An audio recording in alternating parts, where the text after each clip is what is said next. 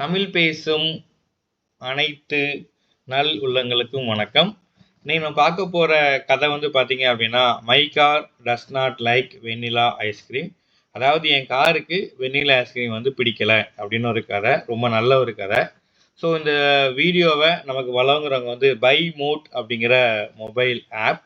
இது ஒரு shopping app மற்றும் வெப்சைட். இது வந்து ஒரு ஷாப்பிங் பண்ணக்கூடிய ஒரு வெப்சைட் இல்லைனா ஒரு மொபைல் ஆப் ரெண்டுமே இருக்குது. ரெண்டுமே யூஸ் பண்ணிக்கலாம். இதோட டிஸ்கிரிப்ஷன் வந்து உங்களுக்கு வந்து லிங்க்கில் வந்து இருக்குது. வாங்கி கட்டாயம் வந்து என்ன பண்ணுங்கன்னா யூஸ் பண்ணுங்கள். ஆப்பை டவுன்லோட் பண்ணி யூஸ் பண்ணுங்கள். அதில் பர்ச்சேஸ் பண்ணுங்கள். நிச்சயமாக அது உங்களுக்கு பெரிய பெனிஃபிட்டாக வந்து இருக்கும்.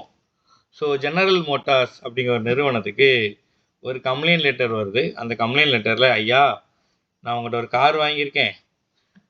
இதான் அந்த காரு.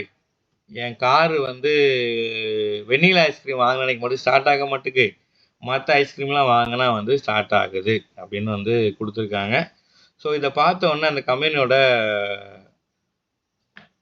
பிரசிடெண்ட்டுக்கு ஒன்றும் புரியலை. இது என்ன ஒரு வித்தியாசமான கம்ப்ளைண்ட்டாக இருக்குது அப்படின்னு அந்த கம்ப்ளைண்ட்டை இக்னோர் பண்ணியிருந்தார். அதை புறக்கணிச்சுட்டு அவர் ஒரு வேலையை பார்க்காரு. பட் நம்ம ஆளும் விடுறதா இல்லை. ஸோ தொடர்ச்சியாக என்ன பண்ணார், இந்த மாதிரி கம்ப்ளைண்ட் லெட்டர் வந்துக்கிட்டே இருக்குது. ஸோ வந்துக்கிட்டு இருந்தோன்னே அவர் வந்து என்னடா இது வித்தியாசமாக இருக்குது அப்படின்னு சொல்லி என்ன பண்ணுறாரு, ஒரு இன்ஜினியரை அனுப்பிவிட்றாரு. ஸோ கதை என்ன அப்படின்னா, அந்த கஸ்டமர் வந்து டெய்லி ஈவினிங் நைட்டு சாப்பிட்டு முடித்த பிறகு ஃபேமிலியாக என்ன பண்ணுவாங்க, காரில் வந்து ஐஸ்கிரீம் சாப்பிட போவாங்க. ஸோ ஒரு நாளைக்கு ஒரு ஐஸ்கிரீம், யார் அதிகமான ஓட்டு எந்த ஐஸ்கிரீம் உள்ளதோ ஃபேமிலி மெம்பரோட ஓட்டு அந்த ஐஸ்கிரீம் வாங்கி சாப்பிட போவாங்க. அவங்களோட பிரச்சனை என்ன அப்படின்னா, மற்ற எந்த ஐஸ்கிரீம் சாப்பிட்டாலும் கார் உடனே வந்து ஸ்டார்ட் ஆயிடுது. வெண்ணிலா ஐஸ்கிரீம் வாங்கினா மட்டும் ஸ்டார்ட் ஆக மாட்டுக்கு. இதுதான் கம்ப்ளைண்ட்டு. ஸோ ஒரு இன்ஜினியர் அவங்க கூட போகிறாரு. போனோன்னே ஃபஸ்ட் நாள் என்ன பண்ணுறாங்க, இவங்க வந்து அந்த ஐஸ்கிரீம் சாப்பிடக்கூடிய இடத்துக்கு போயிட்டு சாக்லேட் ஐஸ்கிரீம் வந்து ஆர்டர் பண்ணுறாங்க. அதை சாப்பிட்றாங்க. அப்புறம் காரை ஸ்டார்ட் பண்ணால் காரு ஸ்டார்ட் ஆயிடுது. ரெண்டாவது நாள் வந்து அவங்க ஃபேமிலியாக போயிட்டு அந்த இன்ஜினியர் கூட போகிறாரு. ஸ்ட்ராபெரி ஐஸ்கிரீம் வாங்குறாங்க. காரை ஸ்டார்ட் பண்ணுறாங்க. காரு ஸ்டார்ட் ஆயிடுது. மூணாவது நாள் வந்து அவங்க போகிறாங்க. வெண்ணிலா ஐஸ்கிரீம் வாங்குறாங்க. சாப்பிட்டு முடிக்கிறாங்க. காரை ஸ்டார்ட் பண்ணால் காரு ஸ்டார்ட் ஆகவில்லை. ஓகேங்களா?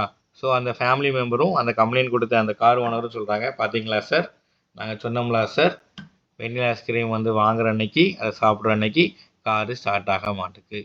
அந்த இன்ஜினியருக்கு ஒன்றும் புரியலை, வெண்ணிலா ஐஸ்கிரீமுக்கும் காருக்கும் என்ன சம்மந்தம் அப்படின்னு. ஸோ அவர் என்ன பண்ணுறாருன்னா, போயிட்டு என்ன பண்ணுறாரு, நிறைய கால்குலேஷன்ஸ் வந்து போட்டு பார்க்குறாரு. ஸோ கால்குலேஷன் போட்டு பார்க்க ரொம்ப யோசிச்ச பிறகு ஒரு விஷயத்தை கண்டுபிடிக்கிறாரு. என்ன அப்படின்னா டைமிங். ஸோ டைமிங் என்னென்னா, மற்ற ஐஸ்கிரீம் வாங்கும்போது வந்து பார்த்தீங்க அப்படின்னா டைமிங் வந்து ரொம்ப எடுக்கு. பட் வெண்ணிலா ஐஸ்கிரீம் வாங்குற அன்னைக்கு அந்த வெயிட்டிங் டைம் ரொம்ப கம்மியாக எடுக்கு. என்ன காரணம்னு பார்த்தீங்க அப்படின்னா, அந்த கடையில் வந்து மற்ற ஐஸ்கிரீம் எல்லாமே கொஞ்சம் உள்ளே தள்ளி வச்சுருக்காங்க. பட் வெண்ணிலா ஐஸ்கிரீம் மட்டும் என்ட்ரன்ஸில் வச்சுருக்காங்க. அதனால் போய் கேட்ட உடனே வெண்ணிலா ஐஸ்கிரீம் வந்து கொடுத்துருந்தாங்க. ஸோ டைமிங்கில் டிஃப்ரென்ஸ் இருக்குது அப்படிங்கிறத அவர் வந்து கண்டுபிடிக்கிறாரு. கண்டுபிடிச்சோன்னே என்ன சொல்யூஷன் பண்ணுறாருன்னு பார்த்தீங்கன்னா, வேப்பர் லாக், அதாவது அந்த காரில் வேப்பர் லாக் இஷ்யூ வந்து இருக்குது. ஸோ வேப்பர் லாக் இஷ்யூ இருக்கிறனால அந்த காரை வந்து நீங்கள் வந்து ஆஃப் பண்ணோன்னா கார் வந்து ஹீட்டாகவே இருக்குது. வெண்ணிலா ஐஸ்கிரீம் வாங்குற அன்னைக்கு உடனடியாக நம்ம திரும்ப வந்து ஸ்டார்ட் பண்ணுறதுனால கார் ஹீட்டாக இருக்கிறதுனால கார் ஸ்டார்ட் ஆக மாட்டேங்குது.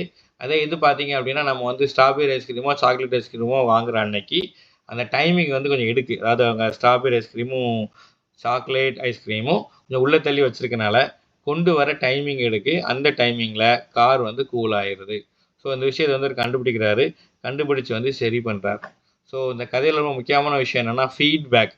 அதாவது எந்த ஒரு வியாபாரத்தை நம்ம பண்ணாலும் ஒரு கஸ்டமருடைய ஃபீட்பேக் வந்து ரொம்ப முக்கியம். ஏன் அப்படின்னா, அந்த ஃபீட்பேக் வந்து கொஞ்சம் முன்ன பின்ன இருக்கலாம். இல்லைனா நமக்கு அது இர்ரிலவெண்ட்டாக சம்மந்தம் இல்லாத கூட தோணலாம்.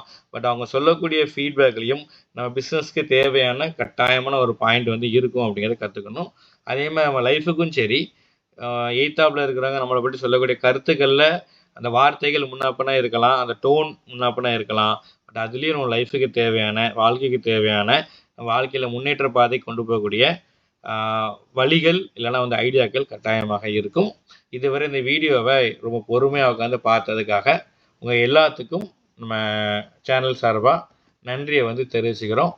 நன்றி, வணக்கம்.